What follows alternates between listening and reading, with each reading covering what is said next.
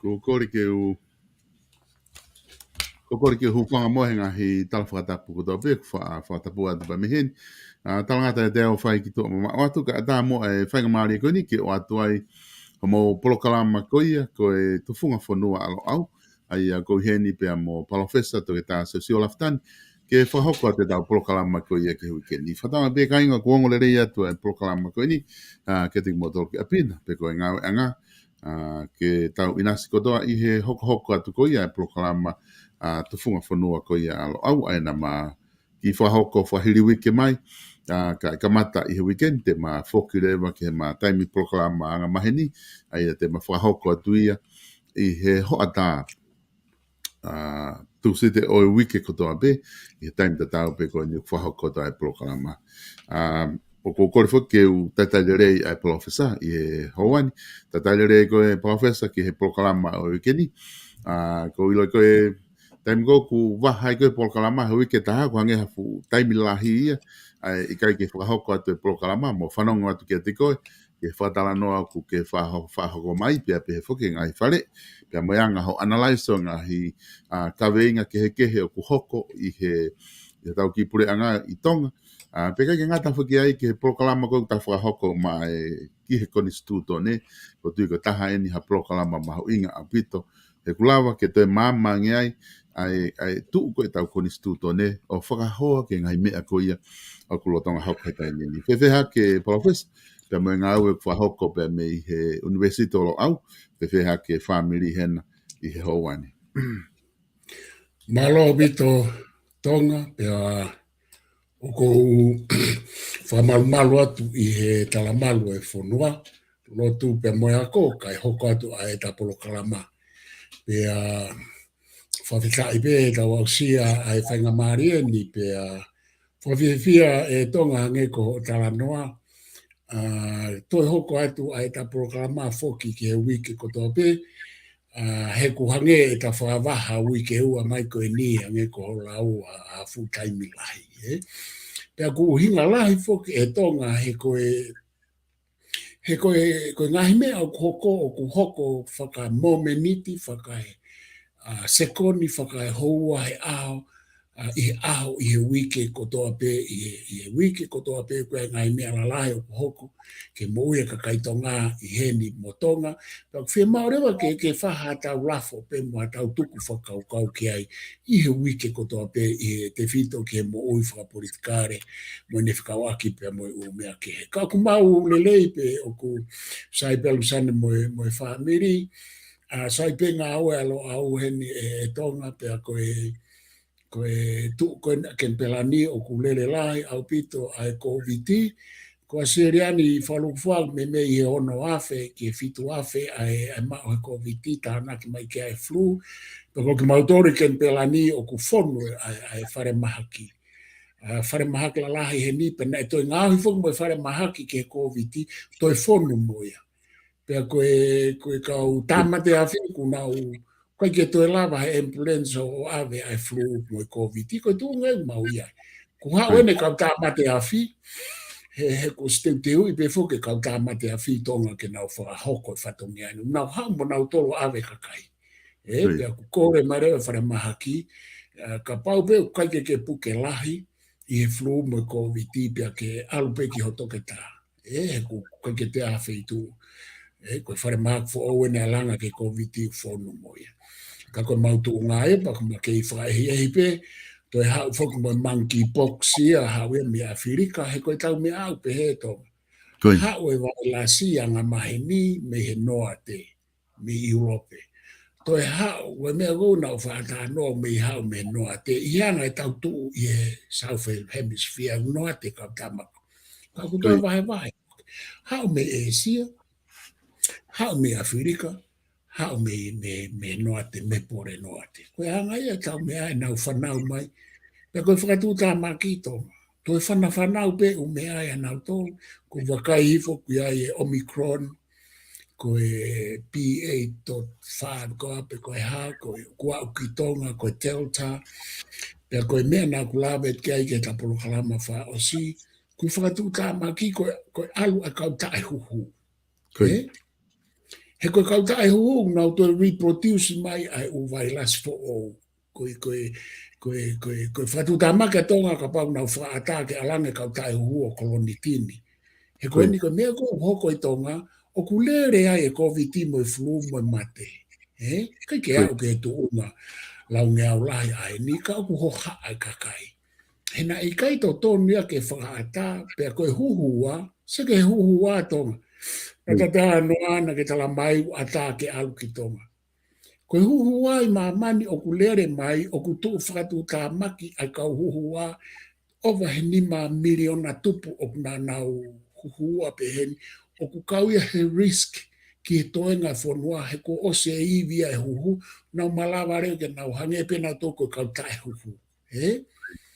He koe hoani ai pusta uaki mo pusta uau na toko ni. Ke o mai haiwi. Ko tu e taimini, o ku o siui mai mau toru heni, ke mau o huhu monkeypox, kau te kai ke mau huhu, he koe ngā ka mata ke mawhora mai. Pe mahalo e alu ke huhu ono ni ma, pusta ono toru. Ka koe, kau te kai ke whaoko mai. Koe mea whaasi pe tonga kou whelanga at ka whafoke at ki ta alu at ki tonga. O kuro tonga whai e fo i corruption lahi heni mei he pure anga kona mautou Scott Morrison. O ku hange e tuku whatu ta maki whonua. Peke mana tui tonga koe politiki a te mokalati, peta e te mokalati koe whaihia ia o kuhe whahinga pea o tangata. Koe foi corruption, pe koe foi whaihia lahi koe ni ai mau pare mia i coalition, whataha National Milipu, a Scott Morrison, koe lo taimi kana e pure anga ai, to anga ea whakotuu a ene portfolio, hangeha Shadow Ministries. Koe Shadow Ministries toki koe mea eu whakotuu he whai whanga whai koe tua. Hanga ea whakotuu pe i loto. I he lere makono pure anga, iai pe ene Shadow Ministries ia a ana i he u portfolio e tolu pe whana e tānak. Tapu au pito koe foi corruption. Koe mea pango utoi mea pango au ki. Na e whakamooni kai ko vana seni are o pehena kai ke nehanga e ilo he ne whakamooni ko ia. Ko whakamooni ki he foi corruption pe koe foi whaihia koe ni. Pea koe foi issue, pe koe foi kawinga laha ia mau hanga atu ki ai. Pea koe mea beu whamanatu mai, nge koe kulawe. Te mokalati, pe koe tae te mokalati, o ku prone, pe afe pe, ai kau politiki ia, ke nau whai. Hange pe koe lau aniko ma ke a veri mo hops, me kau filosefa, mata atao Aristotolo, Plato, mo mea he mala e politiki. Ka te uwhafoke.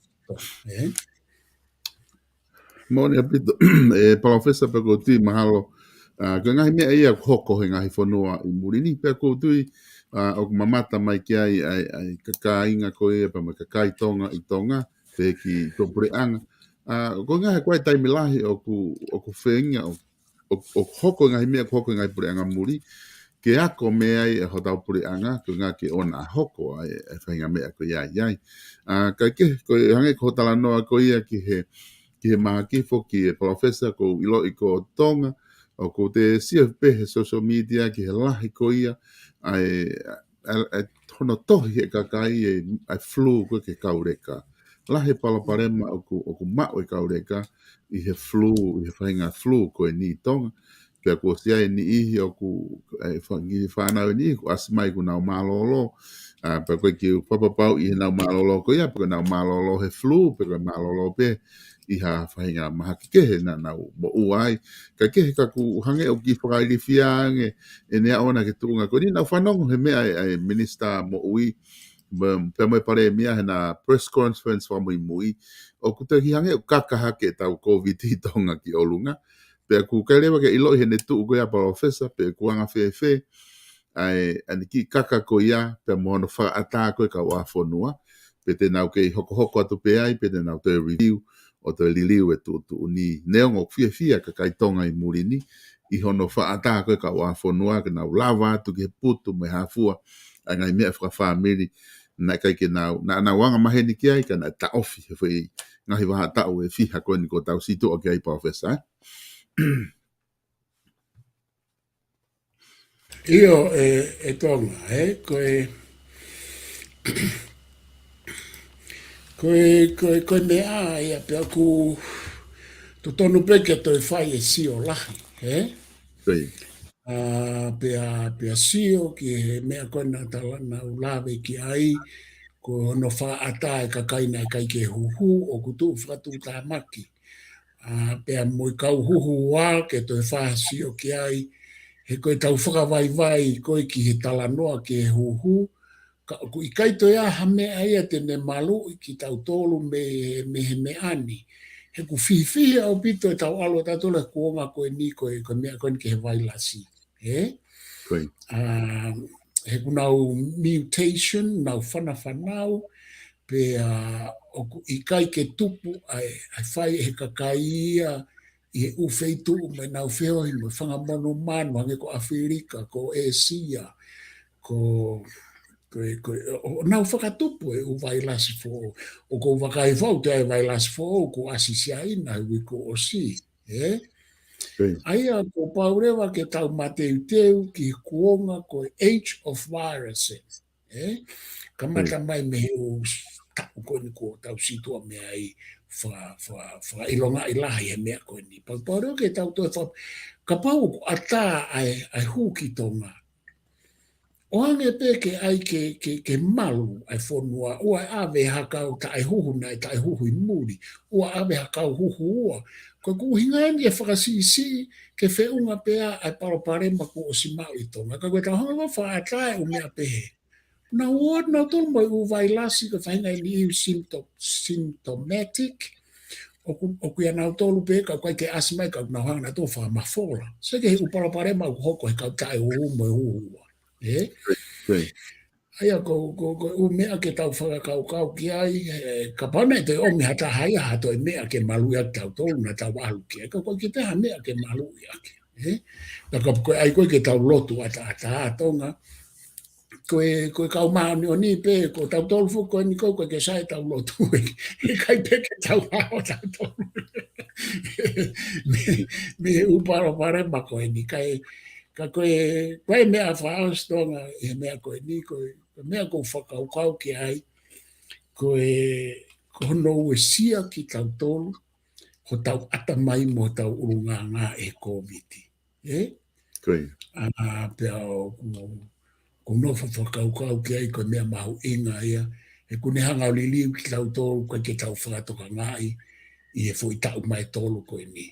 O ku i kai ke tau ke ia ke tau tolu, ka ku tau tolu ia tau whakaukau mo tau urungaanga o makatuunga i he COVID i he mea lai. Ka te whawhau ke atu tau. koe. Mo lahi a pito. Professor ko ngā ko tu ku mahina a pito e ta whaakikoe ni whaakia e whaatara noa. Ko au ki unu moa ki tonga ko ngā ko ta polokalama whuki na kai ke hange ko ku whamatala he kamata na ta ki hau pe whakahiri wike. Ai ko foi wike ko na kai ke ta polokalama ai ko foi wike na hoko ai foi mea mahu inga i tonga pe neongo ko lahi hono tala noa i he tainimi. Ka nei te ke mao whawhainga maari ai ke o atu ke o haha o wakai ki ai pe me he university alo au. Ai ko hono o hanga ko i he whakamautangi o tautea i ai toko tolu. Ai au ke tautea, na hanga whakamautangi o ke tari tangi ai toko tolu. Nai whaifuke tautea ai e whamaulahi. Ai kono to'o na ungahi sea, ai ko toko wha, tonga tapu ono, tonga tapu fitu, tonga tapu hongfulu. Pe to ore wana ngai sea pe na stay pe ko whahoko ne tari pe ko time ko na mai tangi o mai no la i he ko si o kuke to o ai pe ai toko tolu tonga fa tonga puono tonga fitu kai hawa tonga tapu hongo fulu ai ko ngai ko atu ke fai ha o wakai ki ai ko me mari e fo ke hawa tonga tapu hongo fulu e na to o tu o ua ia foi hopo e ua pe fica ke to tu o ua pe au ke hopo tangi pe hawa halo anga fe ho wakai ke ai professor ho sio ke hoko atu ai pure anga te me hoko atu ko tau fononga me foi tau te ko ni ko fa hoko ko ni Mahalo Vito. Tonga koe hoko foke me an ka taki hoko foke I he wiki ko o si pia na ku lawe I hifo ai mamahi pia ai fia ka koe anga pene ku whakau tonga koe na nau hopo whamau lahi na ku kaua wia he tau ka vei ke nau mawahi ki tua tari ki he nau hopo tangi. Nau pia moe ni I he lo au. Ko hinga pe ki he ne maa whakae lao, pe ka pau te nau hao, pe nau toi foki mai. Ka nei kai fuke whakahoko mea ko ian ai konga pe he lao, ko na nau kore aki ki he whakamau anga. Na iai e umea ai nei kai ke mahino, pena ai umea nei mahino mai, ka koe toi whai kone ai whakamau tangi pia nau kai ke tari e nau tangi. Tā noa pe ke toko tolu koe tu ke ange kau whawhonga ke he na nau toi tangi, ka koe kau nau tolu koe ni ai minista. Koe upoi ni peni o kou fie tānaki atu koe fuafua mea ai ni ku hoko I hapure anga he fonua, a hono whakailo, o mo ua hakau minista, mo hakau whafofonga, I he whare ko I ngā ko e nau, kake nau mui mui ki he whaunga mo lao o I whiri, ko ne fuafua hoko e. Ia, pe aku tatau ai pia tonga, pe na e ai ha whaahinga pe he ia nei, pe he pe ki mua kai ke ilo, ka koe ku uhinga a kuia koe ku poini, ko ne toki hoko e. Ne hoko e ni o mau, pe whakamo o ni I he whakamau lahi, pe koe whakamau ia o koe whakamau te whito ia. Koe ne whakamau ni pe he whakamau tangi, o hala ia, o ku ke hala ia ko he malu e lao. Tuku ke he kake toki tangi, koe whamau tangi, koe whamau kumi mo ui, pe teke mo ui pe ikai. Ka aku ikai koe whamau ia whai tutu uni ki ho whai hia pe o kuke. O ke whatonga e tonga. Whie mau ke mahino ko whe whamau koe o mua mai, pe aku ne tala mai, pe aku ke tonu ia, pe aku ke hala ia. Koe whamau lahi. He kai ke tau kamata whamau tangi ta e whamau lahi. Ka pau te tau mahino I fo I mo o ni whakakonistu tone mo lao ko ia. Ko ne tala mai pe he whakamau, ko mea koe o ko ke tau kame. Tala mai pe koe he whakamau lahi o ko ke hala ia. Ko ke hala ia koe. He kai ta toi tala mai e hatahai au ke tonu hia. Kai o rewa ke ose fo I se tes whaka ose e whakamau lahi he whakamau tangi, o ne pe he mai o ku ke hao, pe o ku ikai ke hao. Koe tānaki mai pe ia I ho kumi mo ui, ka ku ke osi hala ia pe koe. Ka pau te ke tonu hia he whakamau lahi. Koe uhinga whakamau whakalo sikan. Ka pau ke tonu hia he whakamau lahi. Koe hame o hoko ai tonga. Kone osi ia. Aia koe tuu koe a lao whakaluk fua koe whakamau lahi o kupure. O ku tau ai e tau tauria o alwe a sari o te ki mua ka hao e hosi ki mui. Tā mai tau tauria koe whakamau tangi o kupure. Ikai.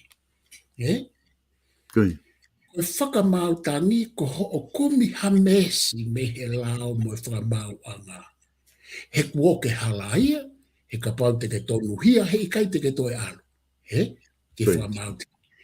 Ka pau koe whamau tangi o kupure. Totonu ke toi alpe me kau tonu hia ki ai o toi hopo. Kuna ke tonu hia. Ia koe foi vete whakalo sika ia o kou tānoa tau ia ai kau tala mai he kau matau tau konistu tōne me matau tau lao me pure anga o kupure ai whamau tangi. Koe ke pure whamau tangi ia. Ko whakamau a ngā ia, ko whakamau whakawhitu, ko taui ko whakamau a ngā polisi. Ko whakamau a ngā ku ua peha whonua, pea mo whakamau lahi. Pea ku toki hiri whakia whakamau tangi, ko kumi meesi pe i kai, pe toi whakamoni pe o ku ke harai. Pea ko hinga koe nā ku tau ka vea, ko whakapapau ke kau tama. Kau ku taimi foki he hoko mea ko ni tau alu tau tauria ke emotion. O sio i whauia a kai ke tau sio ke mahu inga mea koe ni mo hano ta ofi ke ua toi hoko. O mahu inga foki tau sio ke lao whiri. E tonga. Tau toi sio ko hau mea ke whakarere. O e tuku tae wakai i. Pea koe mea koe ni o ku mahu inga ke tau sio, ka teha mea hoko peheni. Tuku nau tau ki tua hena e sae o mea pehena e hoko ke mateni. Pea mo lavu lavu. Tuku ki tua ko o hinga kai tok whai hono a whangatuku pa tau whafoki, mai pa tau ange pima nau ngahi monu ia. Ko o hinga ke whea he koe whakamau anga la hi ko ia oku ne whai ai tu ni. Kai ke e tonga ko mea pea ko whela mea tu ka ko ofat wha mea pango ia pea ne hoko ke kau tangata koe ni, kau tau wako ko toa piki me iai, pea kuna wako mo ki nau tolu me iai. Koe fuafua pure anga ini ke hoko a mea pehe. Ai fuafua pure a koe ni. Pea to tonu pe ke toi wakai toi mea lele e pare mea ke o mea hoko i ano pure anga, he kulahe o mea o ku hoko ai o to tonu ke toi whai ano siofi whare rei ke lele i whaluku fua kabineti, whare area pea pehe foke whonua ka teu whafoke atu. Professor oku Maria bite whakatala no aku ke whai ki he tuu ko koe whakamau a ngā mga hi tari ko ia. Wakonge koe tala noa ku tau wau ke tuunga koe ni, pe mahino rewa ko hoko tau tea koe ni ke toko tolu, kau minista. Koe waifuke konga ia he ni na e mea e pare mea i he ne press conference on te he, oku na eke ke ai pe ko pe whaha wakai ki he lao whiri. Pene mea pe he oku totonu pe ke whaha wakai ki ai. Ko hinga e whainga tā ia kakai he o ai kau kantiteti he o campaigni. E nau atu o kuia i hataha o ku wha ofa pe fufi e mao tokoni. E kai ke lawa e kantiteti ia o whai hatokoni. Ki whamiri po hatokotaha po whine eiki. O ku he kai ke lawa e ngā e wha ilo ia mo ua. O koe whake konga heni o wakai ki ai o whakaukau. Kia hena pehe pe ni ia ki nau tolu. O kau minista ko ni kuna tau tea i. Ko nau lavea i he nau ofa. Ka nau nofo whakaukau koe hopo koe nai whakahoko ki muini mai. Taha koe hopo ko a lavu lavu. Aia na to hono se a tau tea i whi tau e nima. Aia koe whi to ko ia e professor. O koe paanga ni manoa me paanga te au na e kāwai i hono tau te ai. Pea mo ngahi mea kehepe o hake tala noa. Ko ngai ni na ko whakaukau ki ai, na kai ke whaha ke hoko ka fu isiu whewhe i he hono tala noa i. Na e mahino pe whaha launga tala ange ku mōre ai tau totonu mo hafua e kakai hono atu mea. Ka ko au mai tai nimi ke he hopo koe ni, ku hoko re vai ko isiu e paanga ni manoa me paanga te au. Io o whakaukau koe ke tau hoko atu. Mahino tau te a, ke hoko atu. O ku ke tui o totonu ke te wakai i lao whiri i he totonu paanga koe ni, pe tene he whakata e ia ke te alu lahiang e corruption. Ai bribery. Koe keis koe a lavu, he? Pea mo mea koe ai eik pare mia, he? Koe. E toi ki whamahena mange ai keis a lavu e tonga? Ai koe keis waka lavu na e whakailo koe bribery. Pea mo e anuhala ia me lahe ni whakamore. Ka na ea mo fo i te ua na hala ia ai, ko bribery, ko ngā ko ni totong e paanga ni whoke, paanga ni manoa, pe mo ne mea ofa te paanga te au. Ta tau pe ia mo i mea ko na hoko ko ni. Kala e ngahi bribery ko ni mo ua ko ni, ko no wha mo ni na ave tola ni manoa, pe ko tola uanoa, paanga te au. Aia ko kusua tu o kuna, ko kia hana fu kehe ona, o ngahi mo, mea ko whae mo ua mo kau wha ilo ko ni. Ko ngai fu enia ko no wha kau ki ai, i he ahoni ia ko hangarewa ku whahan tuku aki e lao whiri.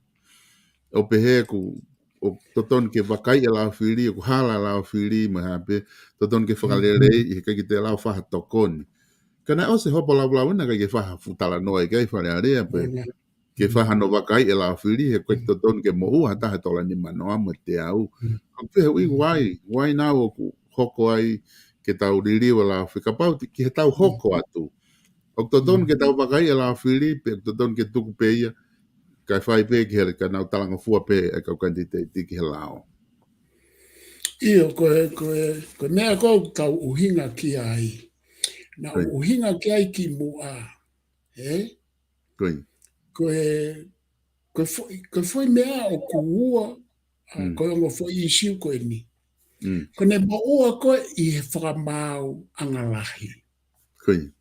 Pea mawahe me tu unga minista. Ki tua, koe ngā kai tari ki he whakamau tangi. So ke mea koe, mahino au pito pe kai to e whaha manusi. So koe manusi koe hae whahinga mea ko ia ke ngā aue, pe nau wahe me pure a ngā me ngahi monu ia kotoa, ka kuna usi hala ia i he whakamau anga. Koe hae mea o ku tonu hia ai, o koe kia ha mea e tonu hia ai. Ka koku hinga entonga, ka pau e aia mea ko ia. So koe manusi fo o ko hono ai ke pehe ke nau minista pe mo nau whare area pe kai to whai hopo tangi. O kui kai uhinga hano tala mai he pare mia pe mo whamau eiki whamau lahi ko anga ia e nau mea nau tu ni pe ku tohi lao ko wheku pui lao ko ia ke tau pehe o ku tonu. Ange ko lao ko ia sangata Augustino of Hippo. Ka pau ki aha lao o ku injust. Pe ko lao ia pe oku ikai ko halao ia. Ta tau pe ku tala mai he ki paremia, pe ku tala mai he ki whamau lahi, pe koe. O mai ko tau sivi whaka konistu tonu, pa tau sivi whakalao, pa tau sivi whate mukalani. Koe angai e ku sivi, koe aku o na e hala. O mai e nau tolo, e nau lau, ma nau hinga kako ku poini, na e whai pe ia, ki he kakai o kuiai honau mawhai pūre. Na e whai pe ia ki he kakai o kunau i he sea o minista. Na i kai ke whai ia ka lavu-lavu. Na minista lavu-lavu e whai ke isi koe ni i kai. Ko ia, o tonu e ku mahautonga, I he whiri koe na panga ni manoa o ke la, sai. Sai, ko poine o ko lawe ai ki he te uhau ki he ke isi koe lavu-lavu. Ko te ai koe ke tau pehe, ko me ko uhinga aku ia, tau whai hawakai ki he lao whiri. O ke uhinga au ia hange ko i pare mia ke toi whakaata peka te alato whie kaia ha whine motua vai ha tau reka pa te hanga toko ni. Te ui e ki tai e pure anga ke nau o mai, ko e potu ngā au e health care, health system e pure anga ke nau whatongia, ke nau mai, ko e ni koe whine eiki eni. Pa te ui ke ofisa kolomo e pure whawahe, koe e ufo unga, koe mo te ala kau noa ai. Ka pau tala mai he lao whiri o ku tapu. Ka koe ku poini, ka pau o ku tapu he lao whiri e toko ni, pe o ku totonu ke tau ai pe ia pe tatau. Ka te ala mewa ku whia kaia hataha pe kore whai askirimi hataha. Talange ke alu ke hataha, alu, pe ko te alu ke hataha. Me oa te ai ke te kaua ai he te whi. Ka pau te tau toi whaawa e tau tolo e lao. Koe lao, koe tau ki whaawa pe o awa pe he. Koe ne hu ia kakai. Kapa e tau toi ai koe tokoni ke tis e polo ka te alato whai ngata ia. O ke ai u whaunga au kita ke whai whekau, au kita ke ofisa koloma pure waka whawa he. Buomba tokoni ki he. He koe taimi koe ka pau te tau toi wha a tātonga e hange pēa koe mea koe nuku nau whai koe ni ke mo ua pehe wha maulahi kai ke ai peke minista. Kele nau mawahe ki tua o kuongo ka te au. E ku siwa tu koe i he wikosi.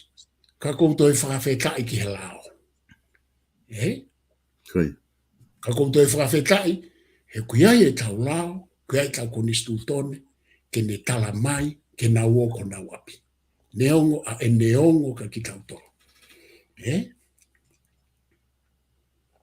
Kai ke tau pehe ai pe ke tuku ai pe. Ka pai toi ai e lao ia ke ngofua pe ke tau toko ni e vai vai. Na si, koe toi o tu hopo ia e fiha. Koe hae mahu inga ho koe teke awe he vai vai e fiha ke i whakalao. Koe paanga ina ni manoana mo uala vlau. Kana i kai ke whaha mea ki a lavu lavu. Na i kai ke whaha mea ki a hai. Kai toki ai ke ai e mea ki he kau minista. Koe tau paraparema koe ni, ko hono wha ai e mea ki he kau mawhai pure ke nau toe. Koe mea whoko tau tālanga u tau pehe. Koe tu i me whare alo mo, ko heo ki nau pere, o ku nau toe lao ke he nau to. Ia pa ku nau lao ke he pe nau to le tau konistu tone. Kai whakamau, i o whakatatau ki he nau lao. Osi koe e tau fo i tala noa ko ia e tongo. Toi ai ene e tau tōlu ia, toi hake kau whawhawhonga e kakai. Na tau peheko ho e kia parapare mamu kau no pere i nau minista me nau paremia. Toi ala keni ai e kakai o koe ke no pere. Toi parapare malaheng nau tōlu kau no pere. Ai koe mea, koe tau tuhu holo, kau totomu ke tau aluhake pe i he fo i le volo, pa tau whenga ke tau fiksi ai o whakasi isi, o te tau toi hoko atu, ai mea ko tau pehe o ku ikai pot tatau ai e whanua. Whaapa lahi hau ki kau minista koe ni mo hai fo, se ke keisi koe na a mea, whaitikau toke ta pohiwatu e me toa, whakamau e ua na e fo i ai koe whamau lahi e ua pea toi whai e ne whenga pea tari rewa i he mea i he whamau tangi pea koe ke uilau ke whakai ki koe ia kaku hao koe tau siwa atu e tonga koe tama koe ni nei na eiki pare mia, na e hoko e umea ki ai, pe na e hange koe hano, teu tama te i koe ha sipi ki ha wheilau lau a e tau pare mia motua koe ni, i lere mai koe ni. Ka koutu i pēo kui ai pē ne o ngā ue mo e ne upoini na e hawa ai he kua whangatuku mai koe na e whamautangi. Ka koe tau hao koe ke toko tolu koe, o i kai toi tala mai he whamautangi o ku toi aha nau poini. Pea koe re soni ea, o ku i kai koe re soni peka nau tonu, re soni ka tau tonu, re soni ke tau eik pare mea me kapneti me kau whawhawhonga whare area o toa pē. Ke tau ofa, o mui ki he lao, paka pau kua ha mea ke whakarerei he lao whiri, whakarerei, kai oa te tau toi ai ke whihi. Koe na nae ke ise a lavu, koe ke whaha mea ai ake ai. Koe uke ise ne whiha na ke whaha mea ki. Koe ha mea u tau toki ai ke ai ko ui ngā koe mo ua e kau minista mono tuku ki tua. Kai ke te whafo ke tong. Mahalo apito, Professor Kouti, koe, maha koe isi wha osipende taki lava o talanoa ke, pata toki hoko atu. Oku teu foki ke, oku uki ai laka whahaloto ke awe tohi tangi ki he tui. Ai koe uki koe ni ku ukia e he ai kautaha, ai kau ngā ue atonga, i he ngoue, tau tai, tau hi mono manu, whamea, a me koka anga me hafua. Aia o ku taki maia e mere amanaki, aia o ku o kuna uki ke fai to hitanke tu I ko na tai fie marie I he fo I tu uni porque regulation na tari he fare area ke me ko investment ko kai muri I tonga ai na tari fo I tu uni ko ni ke fa ata ka kai muri ke na o mai o tokone o kau I hono ngowe to ko hina ko lo akau ko kava ko hiapo mo yahi me afua aia ku fai e tai fie maari e ko ni ai kakai ku mapuna ha kita ini ka ko ti mahalo ko he ko atu pe ka te ko professor pe ko anga wakai ki ai ko me en fika o aki ba mono finga pure anga ke o mai ha ka investment ke tokoni ke tau tu nga fa economica ma to ma ha fai nga maari ha aho I weekend ke to fa tala no ke minister po tu nga I amuyang ka ko o atu pe ko ha o wakai ki professor Eu maro habito tonga. Ko me ko ma konga ai fo ki ai o ko pehe ko ake na o mai o pare mane foreign investment ni o fai e fo I felao aki o ko pehe ko ake na o mai o to farere na o tolo e o me ange ko kava ko lo akau ko ya e o me ko si ma wa mo o ya fare hanga mo to kanga ka ko wakai e tonga o ku maka tu unga ai me ani pena sai o ke so ato ko me alele en ke fonua ele lo atonga ko me ko ni o ke o me e pure anga ko ni te ne hanga whakatupu ai ta ma mo nga e hu e fonua e pure anga ko ni Ako oslea do he o me ani ka kuto ka wa mo me ko ni tonga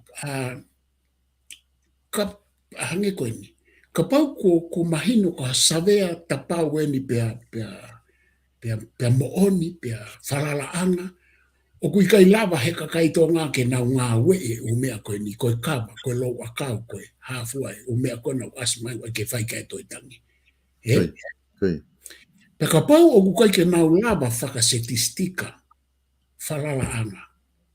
Pe o ku tonu lewa ke fai hasio ki ai ke tāna ke mai foreign investment.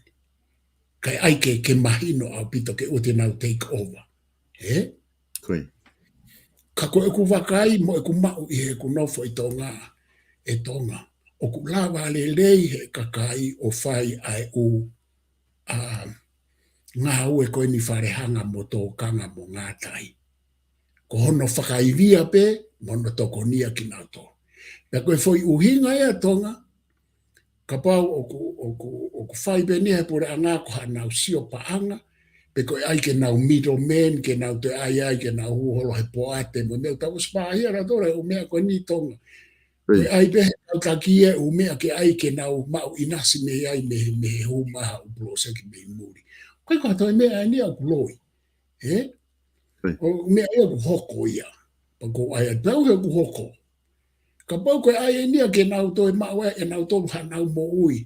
To tonu ke tuku au pito mea koe ni. Ka koe u mea ni ai he pure anga koe ni e malava ke hoko ai e mau he whonua ko karatu. Ka whakahuma. O sve unga ai huma e kausia ina nau to'o u whare koro atonga. Tonga koe pure anga whonua whakaware e ka toi whaake atu mo umau anga mo ui a kakai oksi mau ai nau mo ui.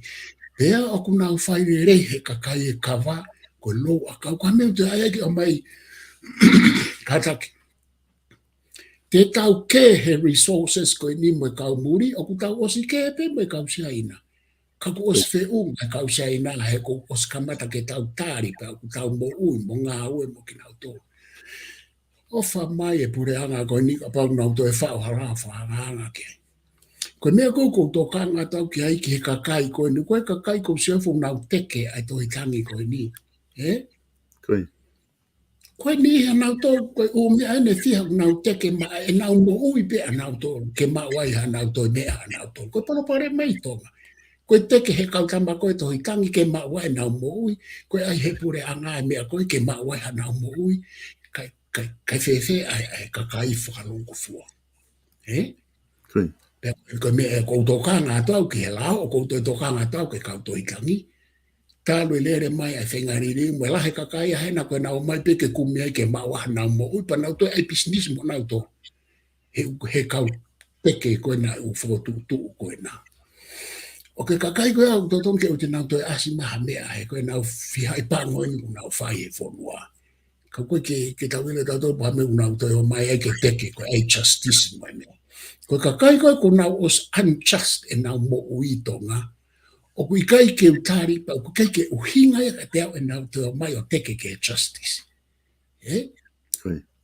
He koe ngau nau koviang nau tolu he o mea koe no mau hoko e taimini. Ta koe fwoi parapare malahia i tonga, koe kai ke tatau e tau rea mo tau tuhu. Koe kakai tatau pena nau i loto, nau hu mai o mau i tua, nau mau i loto, te nau toi foki atu ki loto toi mau wai, tau pehange mai ke whanau i maha fo i tau tangata aku kehe e nau si o i tonga. Pea nau mau pe i tua, mau i loto, ma ki nau tō. O kui kai mai whono. Mo ui nau tō, ma te whono. Whakafoki atu tonga. Mahalo apito, Professor ko tu mahalo mahino pe ka venga ko ni. He wenga he te tau hoko atu pe i ngai ka venga ko ni Professor. Pe mo e tuunga ko i ai pe ko ha tuunga ko ai e uki.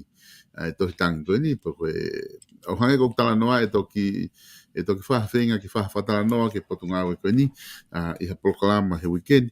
Ke toki si o nge ko ha ai baka ia ho ik minister he potunga ko ni pe mo potunga ko ni ka ke he Professor ko tu ma ka taimi ku ke taki foki mo ke ta kon instituto ne he ta toinga ko ni ta taimi minite ta tolu ko ni to ke taki hoko atu mo he ta kon instituto ne he tuunga ko na ta iai o hange ko na ta fa o hake pe foki ko ta foki tu o mai ni ke o mai pe ha o whakau kau ki ai ki hanga hiliri o ku fu aku fu fia ma o ke whakahoko mo tuunga pia ko ke fia ma o ke whaha halili o ke tau kon instituto ne ka te whafoki atu ke te koe ke ta wakai ke tau kon instituto ne Koe ta i he kupu whiha e ni tonga, kupu walu pe koe hiva. Kupu walu.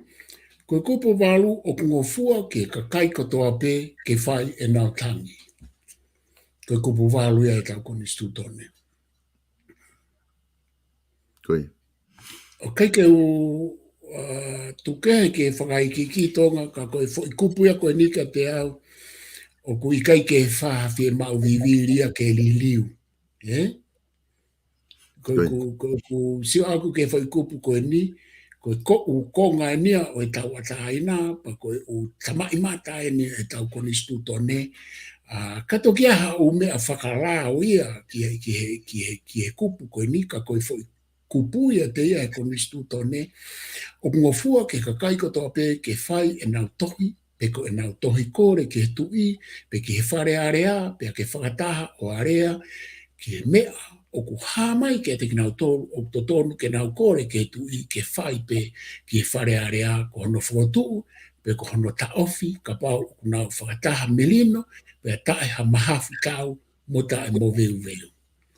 Koe me aia, koe mahino le u te whito i mea ke tau mui ki ai he toi tangi whaafo whaau pito pe aku iai pe mo e tau whaunga whakatonga koe te hanga tonu pe akita ki he tui o whaaha o to loto mo to mamahi o kai ke toi fōu atu ia he whare area mo mea koe whaunga whakatonga ia ka koe whaunga whakonistuto ne kupu warupe ku kai ke usua tau koe ku hinga whakau ke he ririu koe kapi ha mea tonga ka pa o ku fie mao viviri ko ta sio vai ke ngofua ke toi tangi ki he taha ko toa pe ko mea peo ko toi tānake atu ke ai ke mahino ko me a o whaata ki he le volo ko toa pe.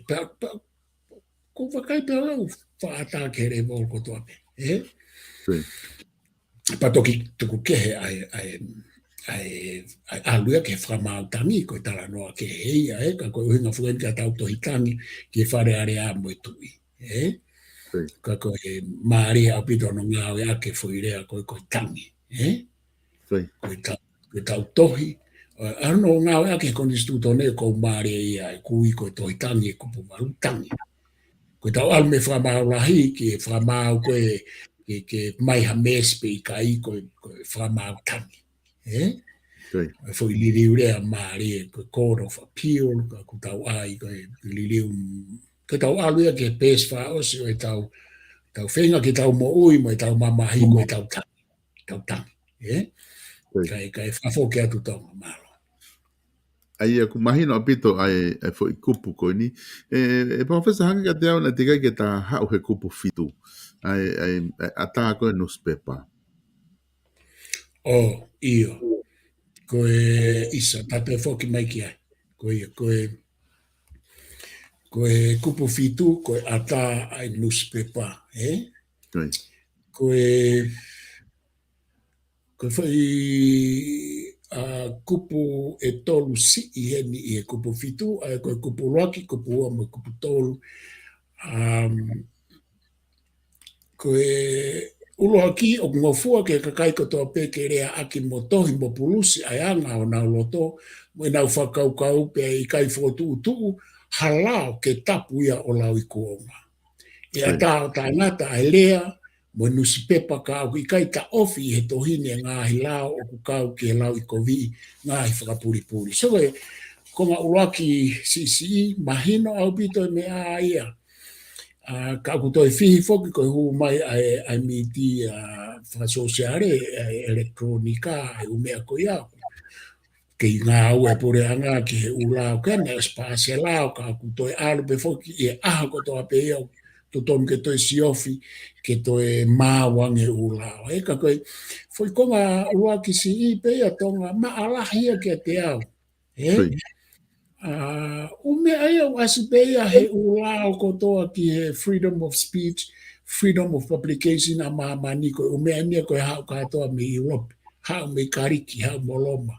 I he tala noa ke citizen, ko konga ua si i, ko ke sata ia he ulao ki si i ke a me ai, ke whima uiviri ke whetongi, ko ua si i e ngofua o tānake ati e ngā i whangatangata ai au tutuoni e kupu si i uloa ki ke whao halau pe whi mau pe tau ki lelea kakai malu whaafonua mau maluta whalufua le rei whalau maare ngā hianga whaafonua e pure anga me ngai monuia e whare area pea ke tutuoni ke anga tau ke whamau anga mo e whai o ahia. Sio tānaki mai mo e umea koe nipa ku kau mai e anga whaafonua koe ko ngai e tā o whea o pēr mo ki tau tolu me tau konistuto ne ongo o ku pehe e kakai e ni i koe ke whea mau ke aha mea ke hoa mo e anga whaafonua. E tonga koe foi tae mahino lahi au pito ia tala noa ki he anga whaafonua he koe anga whaafonua ia o kui kai koe tu i mo e hau e ki ka ko koe mo au ko tau tolu ka atoa o kui ai e anga whaafonua. Kai ke alu ki ai he koe anga whaafonua koe mea ko toa peu whekau aki mo e tau mo ui i hono mai ka ku ai ngai teke ia ke tu usi au pito e anga whaafonua te ke lawa hafonua e mamane o tu usi au pito e anga whaafonua hona wanga e whai riu kawa e whai riu o ku alu e anga whaafonua ia tonga lau senturi pa koe umea o mate koe umea koe toi mate Nau toi mo ui mai nau tō rui he kai mini, ko mea kau ku whie mau ke tau sio whaapoto ke whakaukau e anga whaafonua e tau alu mo ia, Ko e tolu si i tonga e ngofua ke whao hanga he lao ke hono whakalere o a whakahoko o mohongo. So ko e umea ko ia. Ko mea ko ne o ku tau whawhetai i he kupu fitu. Ko wakai ki ai, ko u kupu eni o ku ko u tamai mata, ko u pou turiki, ko u pou wahi ai ko nistu tone. Toki ai ho nau whakaiki, ko ai tau alu ke whakaiki e lao, ka koe ke hau mea hente usa tau whe mau i viri ke li riu tonga e kupu fitu whafoki atu. Koe, Yo tu imagino apito e fatala no ko ke fai he kupu fitu.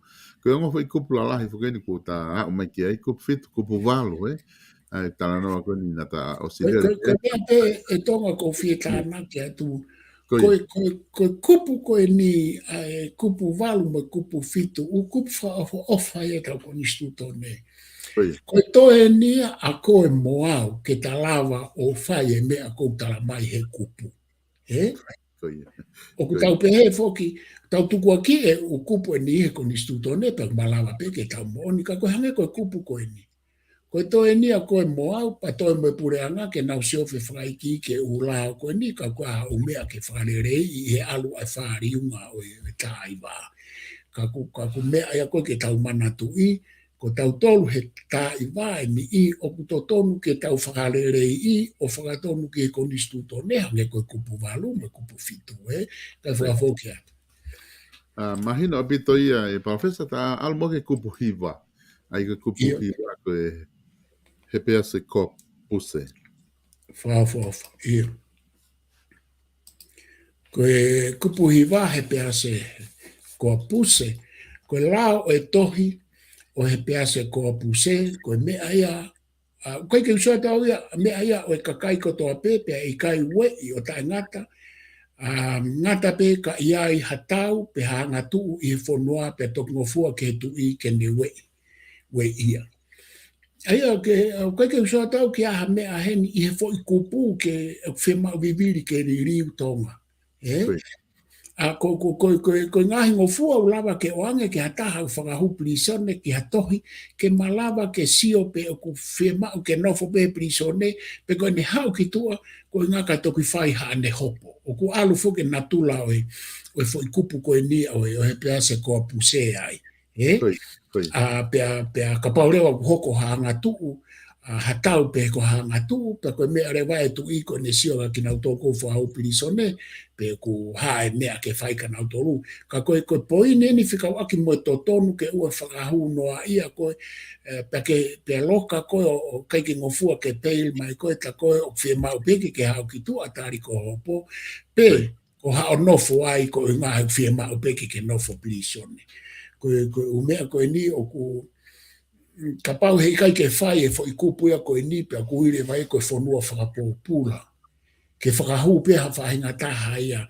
O kutau whaatono no pe tonga o whakahu e whainga ni i whahu ia koe ki aha tohi ia nai me whamawa ngā ke whakahu aki pe whahu tae uhinga ko atono no e whaifatongia kau polisi po hanau ita hanea. Ka koe ne i kaipeke ia e kupu hiva i a konistu tone pe ko halao, pe aku malawa ke ui koe whanua whakapōpula ia. Hange pe koe ngahi kupu fitu alu ai ke uluaki.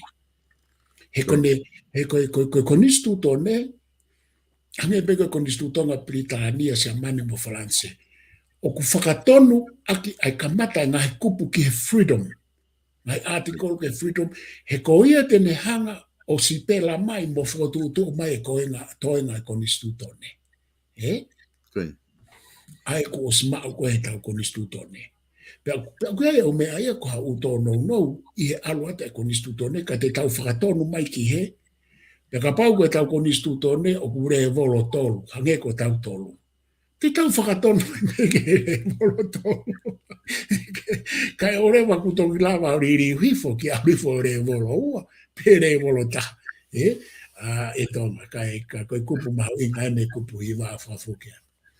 Koe ku asi hene mahu inga fuki pala ofesa koe, se koe me koe fu inga ue whatonton wha mui bena e whai ke tahi wano fitu. Aga tau ene ni mai ne tau whanonga mai he kupu koe ni, tau me mahu inga koe ia totono ai kakai ki ngahi mea koni ko ke tara noa ki ai. Ko te mate ta wha oske kupu hongo fulu, ko pau ke wha mau i ai whaka iloa. Pāwho. Koe ia. Ko pau ke whamau i ai whakailoa kupu hongo fulu, e i kai tau tea hataha koe uhi ko ha mea ko ne whai kai oua ko whakamau ia o hange koe lao, pia i he ao foki o whakamau anga ko ia, o kutotonu ke ne whakamau ia ai mea ko ia. kupu maho inga apito ni kai ke whahono ia pe ko whamau e polisi pe ko whamau i pe e ki pare mia pe ko mea tau te ai koe kai orewa kua whakahoko i e whamau anga. Ko mea koku hau kia te au tonga. Ko kupu koe ni o kuhange o ku atalua, o ku ata eua. Atalua, alu ki hema, alu ki matau. Pa ko kuhinga in ki ai. Kua pau ke hekai ke tau te ai. Hekai tau te ai koe ka orewa ku whakamau. Ai koe konga mahu inga whoke nia i he separation of powers i he whakamau anga. Sai, koe atai ai taha. Koe atai taha. Koe whakamau i koe o koe. I he whakamau polisi, pe koe whakamau lahi. Koe fo iua koe ne o mai koe ho tautea. Koe o ngō whamau anga ia. Koe whakamau tangi, o kou tukuange whamau tangi koe o kui tua he o ngō whamau koe o ngō whamau anga ni e tautea ia i koe. He kai ke lawa tautea i koe he kau polisi, kai ke lawa tautea i koe he kau sotia, lawa tautea i koe he tui, i pare mea whepaki me separation of powers. Koe tautea o ku whaia ehe whamau polisi, pea moe whamau lahi. Pea koe whamau tangi, koe kumi mo ui whaka osi ia naa iai ha me se hange ko kulawen. Koe kupoi ni tonga ke tau, koe whaka okay i e whamau tangi, o koe ke neto e whamau i e ha mea. Whatonga i tonga? O ku tau ui koe whamau tangi, ka koe ke neto e whamau i e ha mea. Ko ene hanga ia CV e o mea whaka osi ke toi whai hono review na i os whamau ia o tala mai pe ku ke tonu hia pe ku ke haraia i he whamau anga lai. Ha o me whamau anga polisi. Pea koe fo i CV ia. Koe CV pe ke sio ki he, osko ia pe mai rewa i tu uni. Pea koe mea e kou fie mau ke nofo ai e tau tala noa he lao mo e whamau anga. Koe tau nofo i e whamau polisi mo e whamau lahi. Kai oua e teke he kautaki ke tau alo pehe koe whamau e taha e whamau tangi. Koe whamau pe hua e. Koe whamau kumi momui e ia ke tala mai pe na iai ha whainga maari e. Ka ui kaito e whai ai ai me au whai i ongo whamau anga koe. He koe ongo whamau anga pe. Ka koe poini mahu i ngai ne whika hongo fulu. Kua pau ke whamau i ai whaka iloa. Tuku ke he ka pau tamate e tikite. Ka te whawho ke atu tau. Mahalo apito, Profesa Koti, mahalo ku mahino apito ai e whakatala noa koe ni o kuke whai. Pea ku tuku atu mo e whamari koe ni ke whama opo mai e bea. Kata toki mawai, pata toki whelonga ki he taimi tatau pe wika hao. Mahalo apito tonga, e kou whawheta i pe he mau whainga maari e. Pea mo e tatalanga, po tatala ka whai, pea ko whatawange pe kua hane aonga ki he mea mai a oek mo tau kainga i murini pe pe whokitonga koe mamahi i pe. Ka pau kua harea tō ki toa ko kore whamoremore. Ko wakaya kua tonga ke he tau umea koe no tau whai koe e kakaitonga i muri koe e tau ngahi ngā ue, koe tau ngahi polokalama, mi kia whai whio. Pe o kuke patoa, pe o kuke tū, pe o kuke patoa tū, pe koe hana whai ngā ui. Koe ku wakai koe kai tonga koe mamahi i pe ka ku tau hau he whaunga ke he kehe mo i uhinga, mo i tau mua ke he kehe, koe mamahi i pe a tonga. A koe tau si mamahi i pe tau ongo ngoa he kakai ofa ki tonga, ofa vare, pe ari ake tau mo ui matonga. Pe ka pau pe ku o ngatu a ngairea, ku ange ku i he taimi e whaafai e ka polokalama, ku ange ku tō ki tua, ku ange koe lau ka e mātua mo e lau a ka taula i ki whamore more i ange ki maua, pe heke te au e motu a anga hara. Tua whai anga hara pe. Ka ko o whalahai atu tonga ka te koe mālo e whai mai tau whatongia o whai kai mo tōru mo mea mai. Malo pito e professor fa malo lahi atu i lava ko e polokalama tu funga fonua lo au he ahon o fa atu ke te koe pe mo e fa hok fatongia pe me Australiana. E fa malo atu e kainga ko tau pe ko mo mea mai ke tau polokalama ko ia o ahoni pe he foki ko mo toko ni mai he ngahi tohi mai ngai comment i he tau polokalama te fa fe pe ki mo tol ke mo te mea mai pe i he taimi tatau o e wiki ka hau te mate foki mai mai palofesa tala noa a hoko atu e ngahi polokalama pa me tala noa ko ia i he tufunga whanua alo au. Ko e hoko foki ai tolu, pe ko hoko ai wā i Nusilani, ai a oku toi hangahi lau miniti miheni, e whahoko atu ai. Ka whainga maaria e whahoko atu ai tau polokalama ko ia a FATUFONUA fo opia mo PIVENI PIUKALA, ko lahi ki mo tolu ko mo eke mai, ai e whahoko atu whafufua i he hoko koe ai wā, ai e ko hoko ia ai tolu, i tonga eiki pa kahane ki ngā tolosi i pe me iai te oku mawhenga pe ke whahoko atu e polokalama i he hoa ko ia pe ko haki taimi pe me iai me he taimi ko ani ku whaha atu e ku modolo ku mo fie mamata mai he polokalama ko ia ko e hoko ai wa i he taimi ko ando silani ka ke ngā tai whamalo lahi atu ki he tau ka sponsor i hono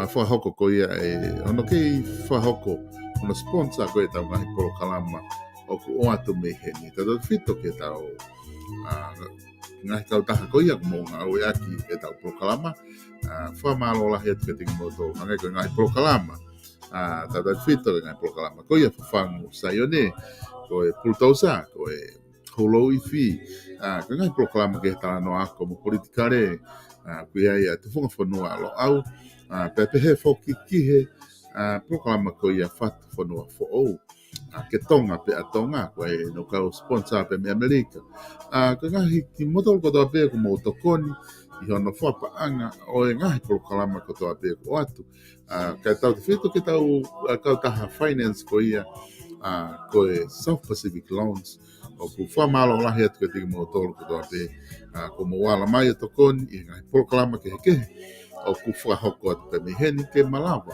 o whahoko atu ihe ngai taimi ko whahoko atu ai miheni o ke ata pe ka pa kwai ha o me ko firma o ke tuaki pe ko firma o ke tokoni mai iha ngahi polokalama o ku ke sa ia ai o ke firma o ke tokoni i no whapaanga fetu utaki mai pe ke deo ihe ke telefoni no wataha ua no anima no fitu pe ko ku messenger ko e South Pacific Loans te kainga o kunau fia ke tokoni atu i ha o whahinga fia no fitu taki mai te pure ia stalik tupo i fika from ui no valungea valu hiwa valu no valungea valu hiwa valu oku mateu ni kaunga we ke tokoni ko iha whahinga taimi pe oku ke fia ai hau seniti ke fua ake whahinga tono no po whahinga kawenga i Okalani no sila no valungea valu hiwa valu i he South Pacific Loans ko tau wharekoloa wala ko ia i loto nok alofa hanga ki he tau mai pia building ko page fashion store te ke lava mau me ai hafa hinga wala pe ko na uta ko ia ku whaheka atu ko siya watu kitongan mana ki ke whahoko manau ngahi promotion e whai me ia ngai whama whetu taki haki ki ai hanga atu ke tau mai pia building ko office ko uhila i loto nuk alofa pe ko e whalu fitu noa ono nima ono wha whetu taki ai kia te kinau tolu te ke lava o mamatai ke nau ngahi koloa wala ko toa pe oku nau tuwaki atu ke lava ke whatau ai hao wala ke ngatai ko tau live stream oku whainga maari e tau live stream ke ne whakahoko hao whahinga kātoanga pe inuslan o te tau pe ko whewhitu uku ke iai te maulawa o tu ki ai holo maari kātoanga graduation koe birthday, koe putu, koe family reunion, koe kātoanga whakakolo, whakasias, lava kātoa. Telefonia na kua setu, no hiwa whātaha walu, nima whātau noa, noa wataha, ua noa nima, noa ono, noa fitu. Whatonga eang e whahoko mai tau live stream koe me Brisbane, i whika koe na noa whā, ua noa hiwa, fitu whā nima, whātaha. Te ke lawa o fitu taki ai me Brisbane, Australia. Ko tau wharekai ko ia koe E-Haven's Kitchen, e lawa ke wharekai seafood, te ke lawa fitu taki ai loto otahuhu, whika fitu taha, F. Ihe Portage Road, i loto otahuhu o Kalani, o kunau ke tūmolau, ke tokoni ke te koe, i hao whahinga whia mau. Kake, tau tok whilongo aki, i hoko ai wā, pe me Polokalama ko ia, FATUFONUA fo ou, pe me heni.